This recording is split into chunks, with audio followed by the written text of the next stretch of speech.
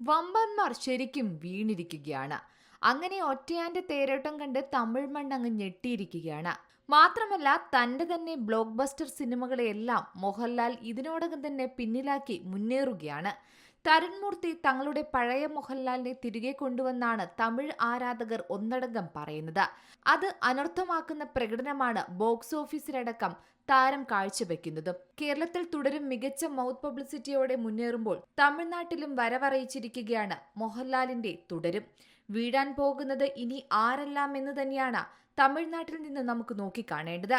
നമുക്കറിയാം, തുടരെ തുടരെ കുറേയധികം വലിയ താരങ്ങളുടെ സിനിമകൾ തമിഴ്നാട്ടിൽ വന്നു പോകുന്നുണ്ട്.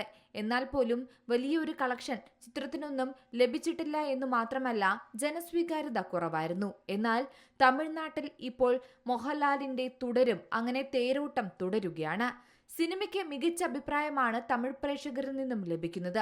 മോഹൻലാലിന്റെ അഭിനയവും സിനിമയുടെ രണ്ടാം പകുതിയിലെ മാസ് രംഗങ്ങളും ഏറെ ആസ്വദിക്കപ്പെട്ടിട്ടുണ്ട്.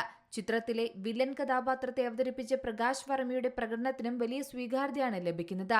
സിനിമയുടെ തമിഴ് ഡബിംഗ് മികച്ച നിലവാരം പുലർത്തുന്നുവെന്നും പ്രേക്ഷകർ അഭിപ്രായപ്പെടുന്നുണ്ട്.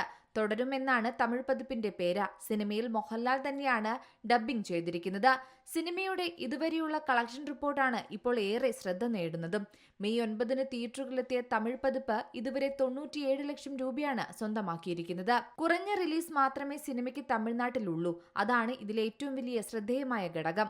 അതായത് കുറഞ്ഞ റിലീസ് കൊണ്ട് തന്നെ കൂടുതൽ കളക്ട് ചെയ്യുന്നതാണ് നമുക്കിപ്പോൾ കാണാൻ സാധിക്കുന്നത്.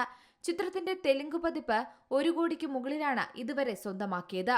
ഏപ്രിൽ 25 തിയേറ്ററുകളിലെത്തിയ ചിത്രത്തിന് വലിയ പ്രീ റിലീസ് പബ്ലിസിറ്റി നൽകിയിരുന്നില്ല.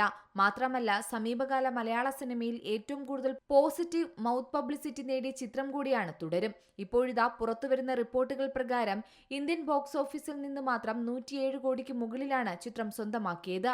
മോഹൻലാലിന്റെ എക്കാലത്തെയും വലിയ ഹിറ്റ് ചിത്രമായ എമ്പുരാന് ഇന്ത്യൻ ബോക്സ് ഓഫീസിൽ നിന്ന് മാത്രമായി 105 കോടി രൂപയാണ് നേടാൻ സാധിച്ചത്. ഷൺമുഖൻ എന്ന ടാക്സി ഡ്രൈവറായാണ് താരം ചിത്രത്തിൽ വേഷമിട്ടിരിക്കുന്നത്. ലളിത എന്ന വീട്ടമ്മയായി ശോഭന ലാലേട്ടനൊപ്പം എത്തുന്നുണ്ട്. മികച്ച പ്രകടനമാണ് ഇരുവരും തമ്മിലുള്ള കോംബോ ചെയ്തിരിക്കുന്നത്. 15 വർഷത്തിന് ശേഷമാണ് മോഹൻലാലും ശോഭനയും ഒരുമിച്ചെത്തുന്നത്. അതും ചിത്രത്തിന്റെ വലിയൊരു പ്രത്യേകത തന്നെയാണ്. ഇപ്പോൾ ചിത്രം 300 കോടി അടിക്കാനുള്ള യാത്രയിലാണ്.